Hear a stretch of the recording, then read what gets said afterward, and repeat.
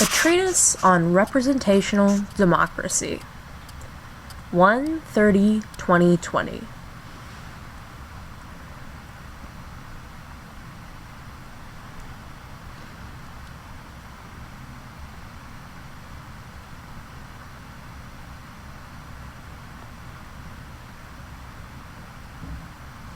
A picture book for young parliamentarians.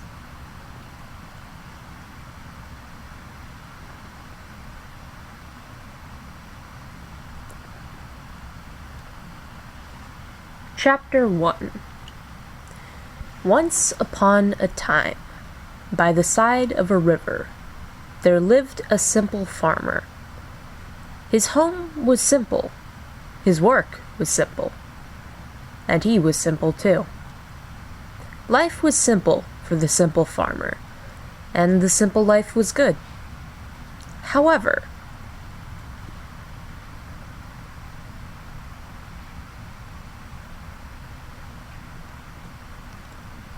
the land in which the simple farmer lived had long been fought over by two kings. Horrible bad kings. They were also very angry kings, for why else would they have fought so much? The two horrible kings fought over the land for so long that nobody could remember what had come before the fighting. It seemed as though war was all the land had ever known. It seemed as though war was all the land had ever been meant for. The two horrible, bad, extremely angry and nasty kings did not care for the land as the simple farmer did. Eventually, the fighting destroyed his simple life and his simple home.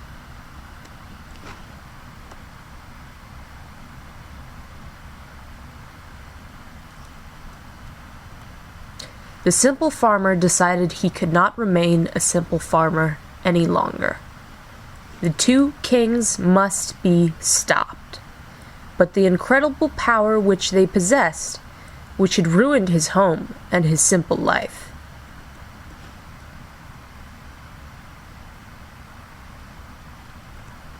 that power must be destroyed.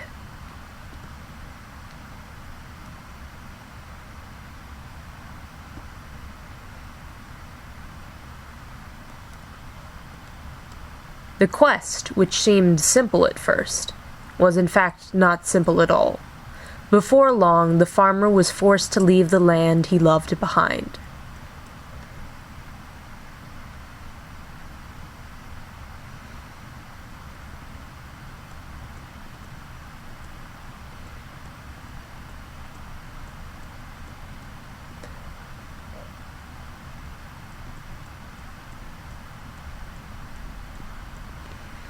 However, despite many hardships, he did not grow sad or weary. Along the way, he discovered a new purpose. He made friends with curious creatures and allied with powerful gods. He discovered the light of democracy and undertook the solemn mayoralty of Cantown. The quest was difficult, but in time,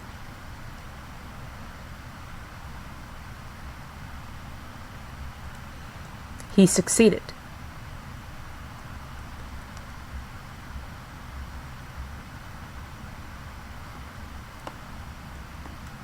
And where once there was nothing,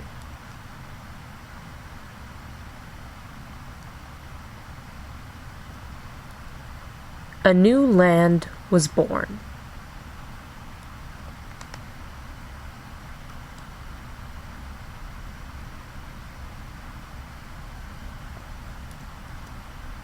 The gods entrusted this land to the mayor and his friends, who would build a society and look after it until they returned. There was no fighting, no war, and no horrible, angry, nasty kings either. Instead, there was a lot of work to be done. First, homes had to be constructed, for how would people live without homes? Then, crucial infrastructure must be established, for how would a new and growing society function otherwise?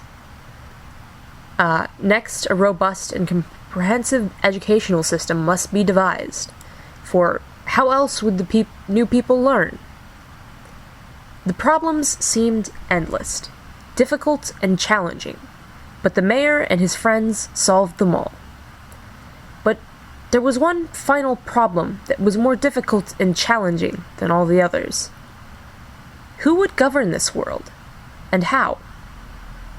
This problem was bigger and more difficult than any the mayor had faced before.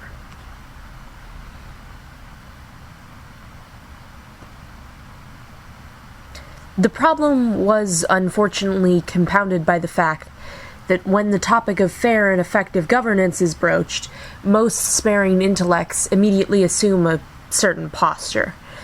Not one of surrender or admiration, but of abject and interminable boredom.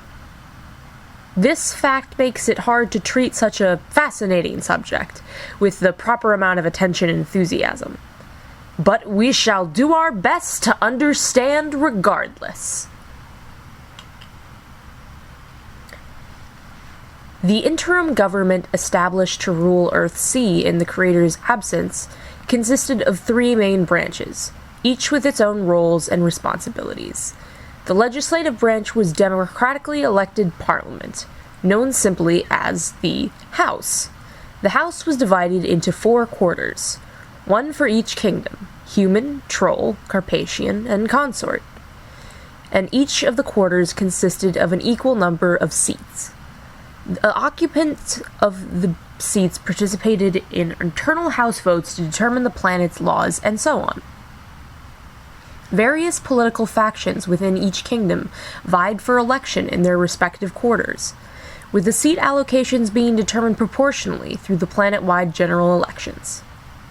An important rule which influenced the composition of the House was that the number of seats available to be filled within a given quarter at a general election was based on voter turnout in the respective kingdom. If every eligible citizen of a kingdom voted, then 100% of the seats in that kingdom's quarter were available for allocation. On the other hand, if only half the population of the kingdom were to vote, then only 50% of the seats would be used. Since no kingdom wished to be underrepresented in the House, one consequence of this rule was that the general elections on Earthsea tended to have very high levels of participation. On the happy occasions where the maximum number of seats were allocated in all 4 quarters, this was known as a full house. Another consequence of the House's unique structure is that it was practically impossible for any political party to have a majority in the House. A single faction could hope to acquire at most 1 quarter's worth of the total seats. Hence, coalition governments were the norm, and a huge amount of cooperation between parties, and the 4 house quarters more generally, was needed to get things done.